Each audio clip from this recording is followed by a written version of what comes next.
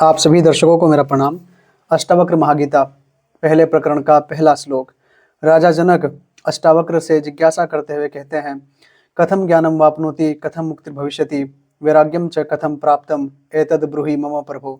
अर्थात, हे प्रभु, ज्ञान कैसे प्राप्त होता है, मुक्ति कैसे होती है, वैराग्य कैसे प्राप्त होता है, मुझसे कहिए। जनक के प्रश्न क्या है? ज्ञान कैसे प्राप्त होता है, मुक्ति कैसे प्राप्त होती है, वैराग्य कैसे प्राप्त होता है, मुझसे कहिए। मैं पीड़ित हूँ, मैं दुखी हूँ, मैं बेचैन हूँ। प्रश्न हम भी पूछते हैं जब हम बुद्ध पुरुषों के पास जाते हैं, संतों के पास जाते हैं, सन्यासियों के पास जाते हैं, फकीरों के पास जाते हैं। पर हमारे प्रश्न किस प्रकार के रहते हैं?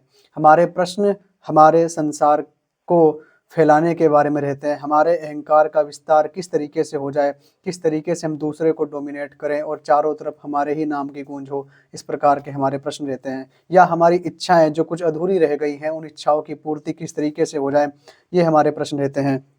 हमारे प्रश्न कैसे होते हैं? कोई पुत्र प्राप्ति मांग रहा है, कोई कह रहा है कि मेरा विवाह नहीं हुआ है, मेरा विवाह हो जाना चाहिए। कोई मुकदमा हार रहा है, वो गुहार लगा रहा है मंदिरों में जाकर के, मस्जिदों में जाकर के, मठों में जाकर के, गिरजाघरों में जाकर के, धार्मिक स्थलों पर जाकर के, कि मैं अपना मुकदमा किस प्रकार से जीत जाऊं। किसी को व्यापार में घाटा हो रहा है, उसे मुनाफा चाहिए। कोई व्यक्ति है, उसको कोई भी नहीं जानता है, उसे यश चाहिए, सब लोग उसे जाने, सब लोग उसे सलाम करें, उसकी व्यक्ति की ये ख्वाहिश है।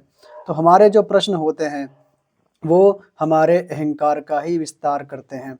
और सामान्य व्यक्ति की तो बात आप छोड़ ही दीजिए।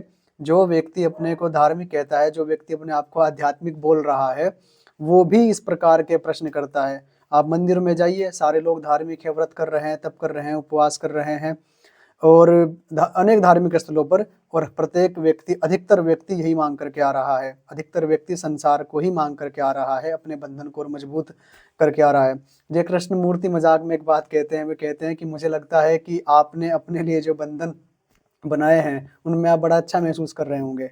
तो हम पर चोट करते हुए कहते हैं कि आपने अपने लिए जो बंधन बनाए हैं उनमें आप खुश रह रहे होंगे। लेकिन बंधनों में कोई खुश कैसे रह सकता है?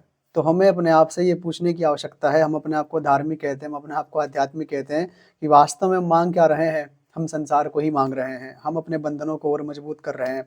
हम कह रहे हैं कि हमारी जो जंजीरें थी ये लोहे की थी, इन जंजीरों को तुम बदलो जरा, हमारी जंजीरें सोने की कर दो, पर रखो हमें बंधन में ही। तो राजा जनक हमारे सामने एक सीधा सीधा जीता जागता उदाहरण है, जिनसे हमें सीखना चाहिए, समझना चाहिए कि एक व्यक्ति जो अपने आप को आध्यात्मिक बोल रहा है, वास्तव में उसके प्रश्न, उसकी जिज्ञासा किस प्रकार की होनी चाहिए।